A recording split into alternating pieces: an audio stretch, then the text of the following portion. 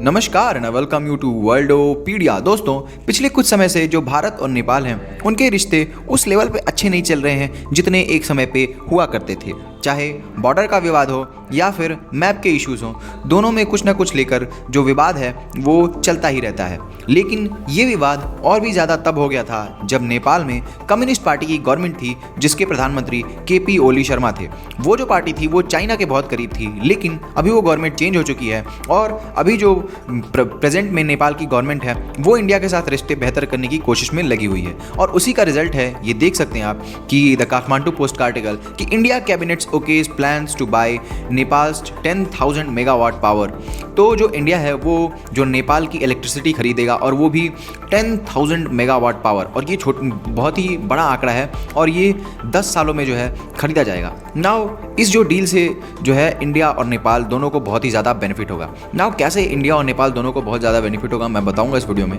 लेकिन उससे पहले अगर आपने अभी तक हमारे चैनल को सब्सक्राइब नहीं किया है तो चैनल को सब्सक्राइब कर लें, बेल आइकन को प्रेस कर लें और वीडियो को लाइक करना ना भूलें। तो दोस्तों, जो नेपाल है वो आपको पता होगा कि एक पहाड़ी इलाका है और कहीं भी पहाड़ी इलाके में जो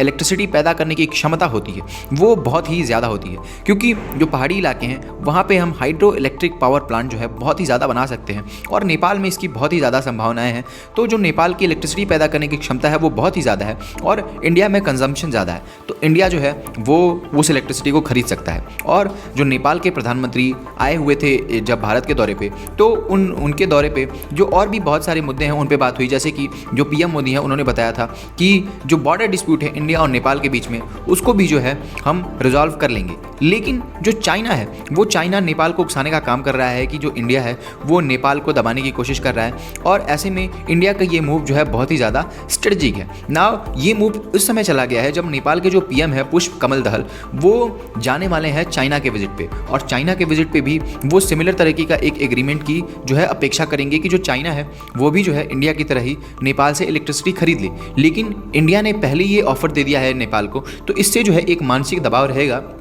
नेपाल के प्राइम मिनिस्टर पे कि वो चाइना के गोदी में जाके बैठ ना जाए और जो नेपाल है वो इंडिया के इंटरेस्ट को भी ध्यान रखे और सिर्फ चाइना की एक कठपुतली बन के ना रह जाए। बहरहाल जो इलेक्ट्रिसिटी वाली चीज़ें हैं ये सब तो है ही, लेकिन इसके अलावा भी जो इंडिया है वो और भी बहुत सारी चीज़ें कर रहा है नेपाल से अपने रिश्ते मजबूत करने के लिए, जैसे कि हम बहुत सारी चीज़ें और जो कनेक्टिविटी है उसको बढ़ा रहे हैं, और जो नेपाल में बहुत सारे प्रोजेक्ट है जिसको चाइना ने भी छोड़ दिया था इवन, उसको भी जो इंडिया है वो बढ़ाने का काम कर रहा है। फॉर एग्जाम्पल आप ये देख सकते हैं कि द इकोनॉमिक टाइम्स का आर्टिकल कि Indian company NHPC to develop Nepal's hydro power plant left by China. जो चाइनीज कंपनी ने नेपाल का हाइड्रो पावर प्लांट था उसको छोड़ दिया था, उसको अब इंडिया डेवलप करने वाला है, और इससे जो है नेपाल की डिपेंडेंस इंडिया पे बहुत ही ज़्यादा बढ़ जाएगी। और सिंपल टर्म है जियोपॉलिटिक्स का कि अगर किसी कंट्री की डिपेंडेंस किसी कंट्री पे होती है तो वो जो कंट्री है वो उस कंट्री की के इंटरेस्ट के खिलाफ काम नहीं करता है, और हमको यही चाहिए कि जो नेपाल है वो इंडिया के इंटरेस्ट के खिलाफ ना काम करे। अगर इंडिया के बहुत ही ज़्यादा अलाइन होकर काम ना करे तो इंडिया के अगेंस्ट भी चाइना का साथ ना दे ना। बहरहाल देखते हैं कि जो जब नेपाल के पीएम जाते हैं चाइना में तो वहाँ किस तरीके का जो है किस तरीके से चीज़ें आगे बढ़ती हैं और क्या क्या अग्रीमेंट जो है नेपाल और चाइना के बीच में होते हैं। इसको पर जो है इंडिया को भी जो नज़रें हैं वो रखनी चाहिए, क्योंकि नेपाल से इंडिया का बहुत ही बड़ा ओपन बॉर्डर है और वहाँ से जो लोग हैं वो ऐसे आ जाते हैं। तो इंडिया के लिए ये बहुत ही इंपॉर्टेंट है कि जो चाइना है उसकी गोदी में नेपाल जाके ना बैठ जाए। ना आपका क्या कहना है इस बारे में कमेंट करके बताइएगा। हमारे चैनल को सब्सक्राइब करना मत भूलिएगा। मिलते हैं आपसे अगली वीडियो में, तब तक के लिए जय हिंद, जय भारत।